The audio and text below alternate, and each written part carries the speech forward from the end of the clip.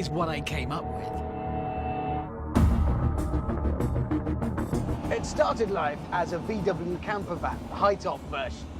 But I've stripped it of its hippie heritage to turn it into a vehicle that can bare its teeth in a dangerous post-apocalyptic world. And I love it. I'm so unbelievably pleased with this thing. I feel invincible, ready, prepared. Which is hardly surprising, given the modifications I've made. At the front, a battering ram, because you can be pretty sure the roads won't be clear. The ram itself is fitted with spikes for fending off zombies at close quarters. Then, up top, a bank of powerful rally lights to cut through the murky soup of a nuclear winter. Of course, not everyone I meet will be friendly. So, up here.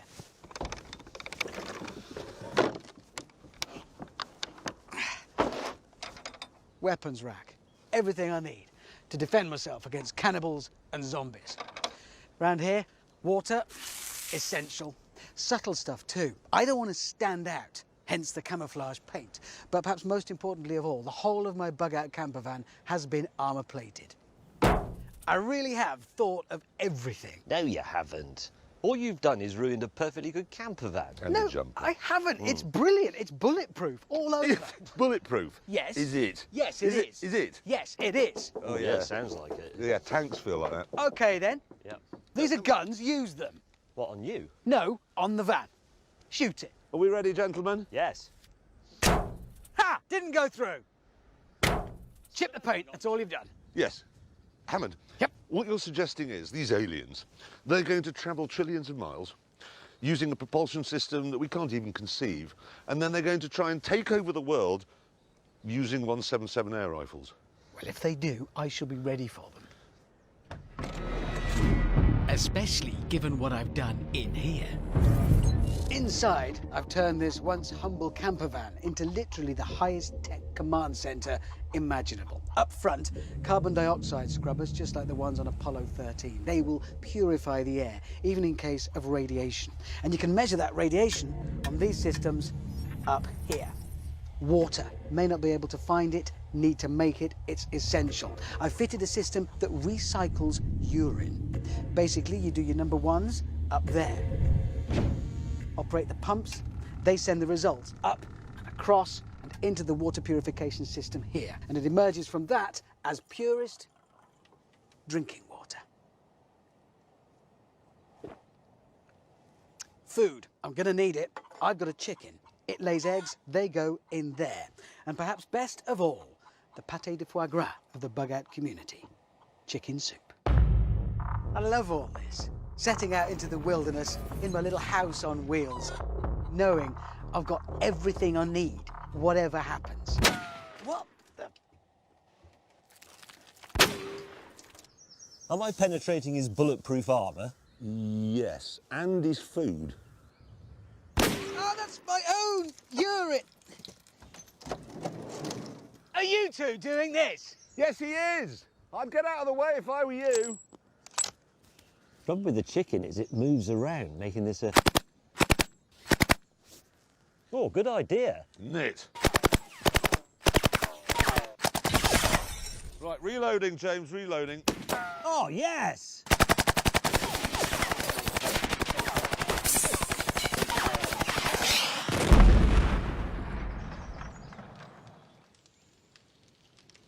Good shot. Not bad, was it? Sort of game over, though, now, really. Right. It wasn't game over though, because I went back to the drawing board and started again. 3 months work. I've used the same basic interior setup, but I've completely rethought the armour plating so that whatever those two have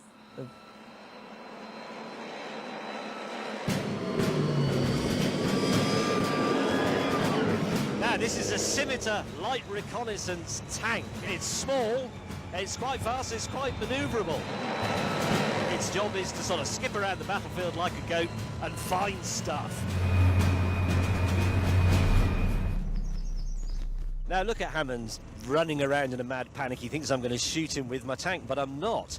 I'm just here to mark him with a laser. He's going to shoot him.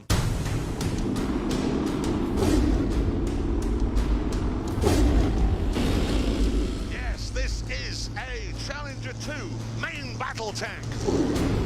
And this really is a bug-out vehicle. Certainly it's a lot better than, I don't know, a Hyundai with spikes on the wheels. It'll totally protect its occupants from radiation, nuclear fallout, gas, even a direct hit, thanks to its incredible armour, from any known battlefield weapon.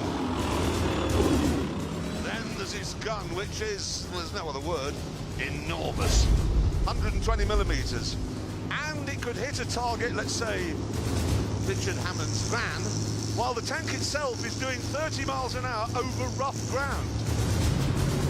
I think, though, today I shall fire while stationary because I want to savour the moment. OK, thank you, chaps, so we could stop there. Right, going down. Roger, going down. Oh, dear. I've loaded the gun with a high explosive shell. It's a tracer shell, so we'll be able to monitor its progress as it arcs toward the target. Oh, Commander Clarkson, this is fantastic. I can see him right there, and he's painted. Have you got him? Yeah. You bastards! Oh, just put him out of his misery, will you? Fire!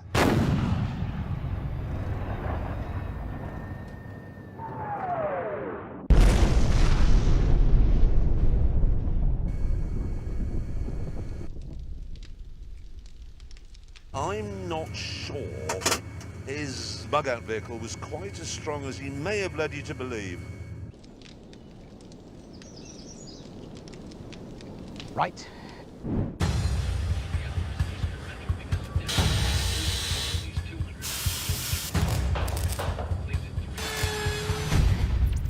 Many months later, I was ready to unveil my third attempt. An impregnable fortress.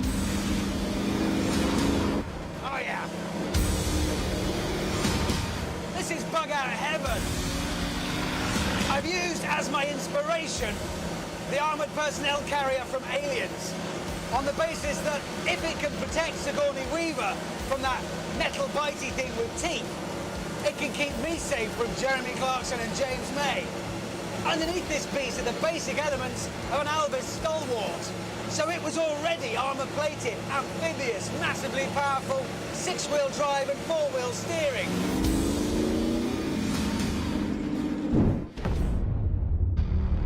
And what I've gone and done is improve it.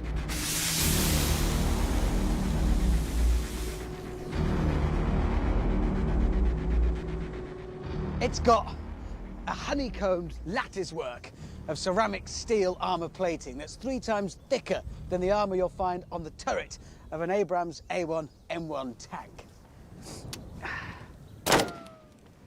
In testing, I fired a 7.62 round at that hull, and all it left was a mark like that one.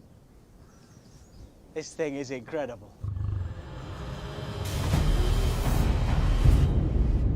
Whatever those two are planning this time, it won't work. They won't be able to damage my soup now. Drone feed stabilized. Vehicle spotted in the open. 4-5 stand by to engage target. 4-5 stood to engage target.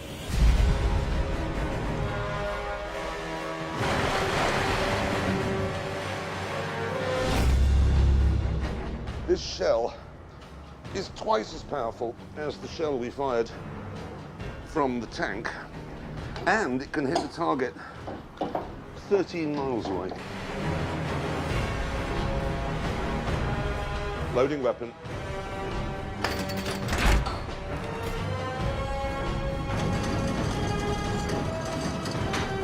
Hot room, gun loaded, gun ready. Fire mission. Target number Uniform Tango 1805. Altitude 35.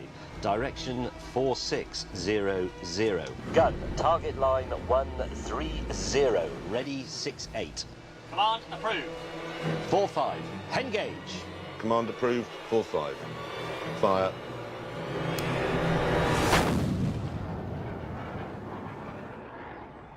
They're bored. They've realised I'm unhurtable. Given up. 5 seconds to impact. They probably think it's really funny. They probably think I'm out here all unconscious.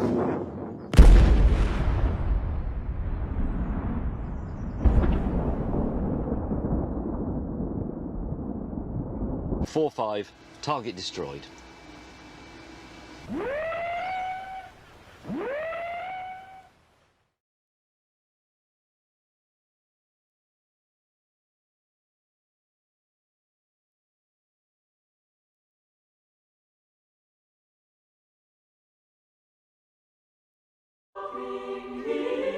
The meeting point was in Wales, and I was the first to arrive in a car made from mud.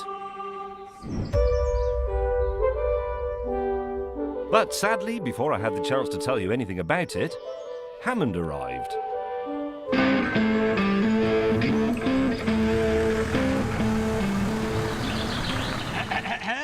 Oh, yeah. Let me talk you through this. What I've done, I've built a frame out of hazel through which I have weaved English flowers and shrubs. It's basically a hedgerow. Better still, it is growing because I've planted them. So it's got compost and soil to provide the nutrients required to let my car flourish and bloom. You don't wash this car, you water it. It's alive. It's brilliant, isn't it? Clematis? Now it's cleared up. Have you become a hippie? No, but I can feel it starting inside me. What have you done? Well, Sadly, before I could tell him, Jeremy arrived in a snuff movie.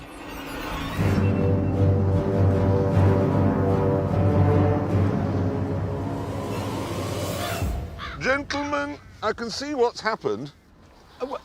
You're speechless because all the words in your head have been sucked out by the magnetism of my genius. A car made from bone and skin. what bones? Animal bones. Bones are no good for this. You can't use bones to make cars. Why not? When your dog dies, what do you do now? You bury it. I don't turn her into a boot lid. Why not? Because I want to see a little face there stretched. You don't have to have the face. I haven't got a face on it. It's just the bones. So as Granny gets older, do the family sit around planning a new little hatchback? No, I hadn't thought of people. There's not a lot of dignity in it, is there? Have you used ears for wing mirrors? Yes. You're sick. Why would you not do that? They're designed for that. No, they're not. No. Well, they are. They're not reflective. They absorb information and pass it on to the creature. Look at my windscreen. What is that? It's the digestive system, or part of the digestive system, of Anne Cow. What part of the digestive system? Well, it's stomach lining. Not its stomach Further, lining. where? Further back? Yes. Are you staring at the world through a cow's ring? It is its anal passage, but stretched so thin that it's completely transparent. Cow's ass, horse's ass. It's perfect. Come on! It's a lot better than what you two have done, which is nothing. What's this made out of? Have a guess. Is it mud? It's mud. It's a mud car. You got flat tyres? No, they're not flat. They're pumped up as high as they will go without exploding. How much does it weigh? Quite a lot. How much? Yeah, loads. How much does it weigh, James? What units would you like? Tons. 5. 5 tons. Well, Well, that's mud just is, the mud is quite heavy. This looks safe. it's sustainable, is that? That is growing. While we've been having that conversation, this has extended a little bit. It just grows quite. Is it actually a living car? Everything's planted. I put bulbs along here ready for spring. Daffodils. Not safe, though, is it? Yes, hazel. Very strong. Not strong as bone. Bone is 3 times stronger than steel. Is it? Oh, sorry. Text, Mr. Willman. Having built your cars from nature, you will now drive through it to the Myarth Hill, where you will take part in a green motorsport event. What green motorsport event? It doesn't say. A motorsport event that's presumably ecological in some way. Okay. Before setting off, we consulted a map to see where we were going. Right, so that's the UK. We're here, and we've got to get to here. That doesn't look like too much of a challenge. With that sorted, we saddled up and began our epic 11-mile journey. Bit of smoke! That's ecological. Greenpeace are going to be ringing him up at any moment. Tremendous. Smells of nature. I'm in nature. I'm made of nature. It's not quick, but gives me more time to enjoy God's creation, of which I'm very much a part. James!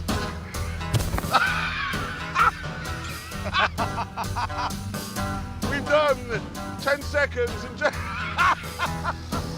I may be losing one of my, I think the correct technical term is the A-pillar. No, it's gone completely. oh dear no.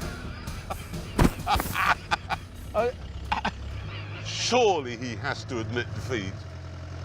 There's not much car left now. Oh dear, James. I think we can count you out. But it doesn't matter. What Does doesn't it? Well, matter? look at it. You think, oh, James's car's falling apart. I'm standing in my spare parts department. All of it. Can be used to rebuild your car. Right under there. So Mud. it's as good as new. Sort of. Well, I'm sorry, but we're going to set off and leave you behind.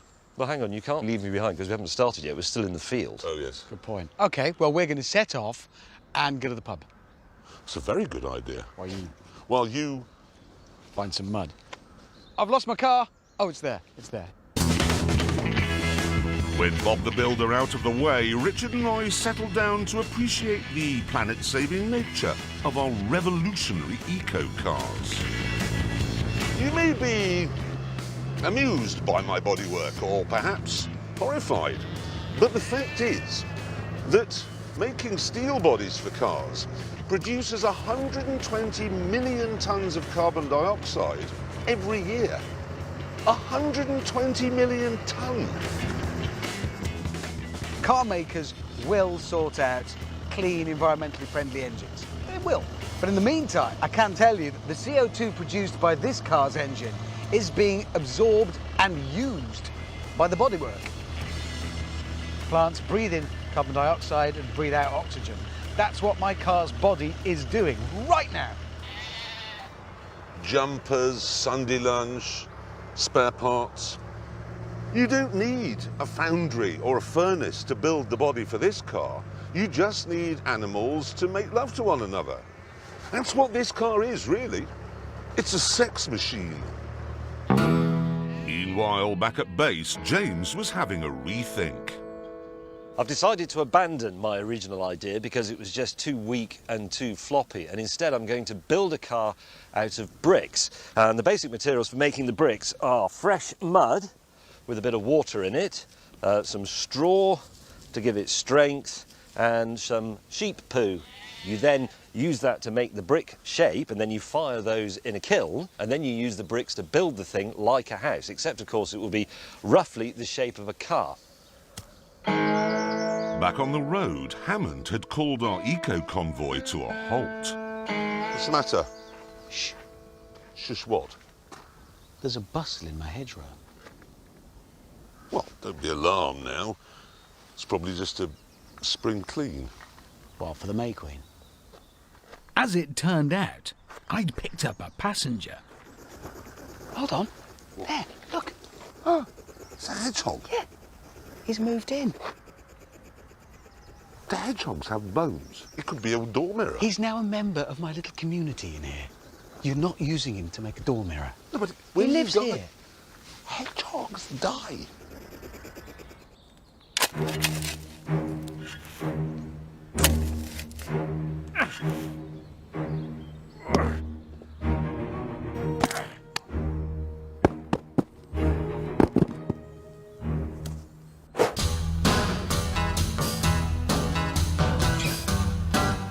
Oh, he's got a mouse in his little bird box.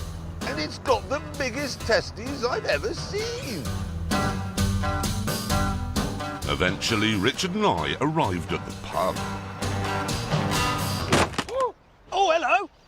Oh, mate. You fool. Oh, look. Clean brake, that'll never. You're going to need pins. Shut up. Your car's given me hay fever.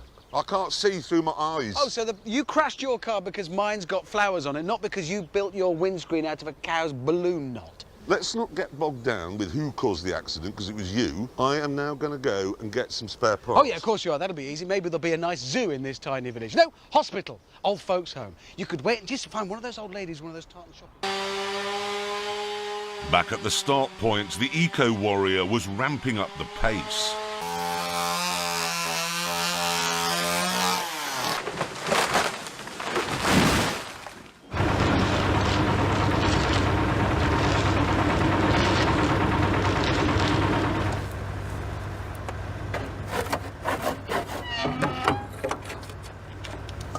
Watch that go. Meanwhile, back at the pub, I was repairing my damaged front end. Well, annoyingly, the pork that I bought is sort of triangular and doesn't look right, doesn't really fit. So I've got a side of beef, which I think will be great. And I'm just clearing away the old bone.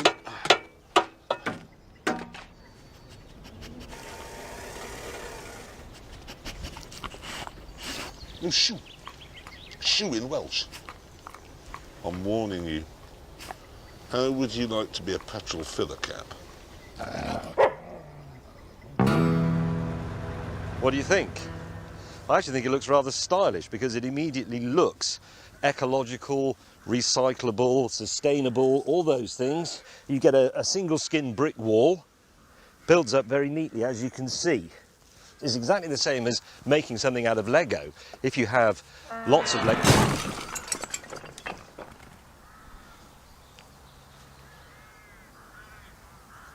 Right. Clearly, James was not going to get his car built that day, so Richard and I decided to spend the night at the pub. How far have we come today? Just remind me. We're still in the same field where we started. Well, he is. Yes. We're at a pub. But we have to go back to the start. Yeah, to start. It's not the best start. No. Well, how do we know? We haven't started No, well, yet. precisely. So actually, it might yet be a brilliant start when the start starts.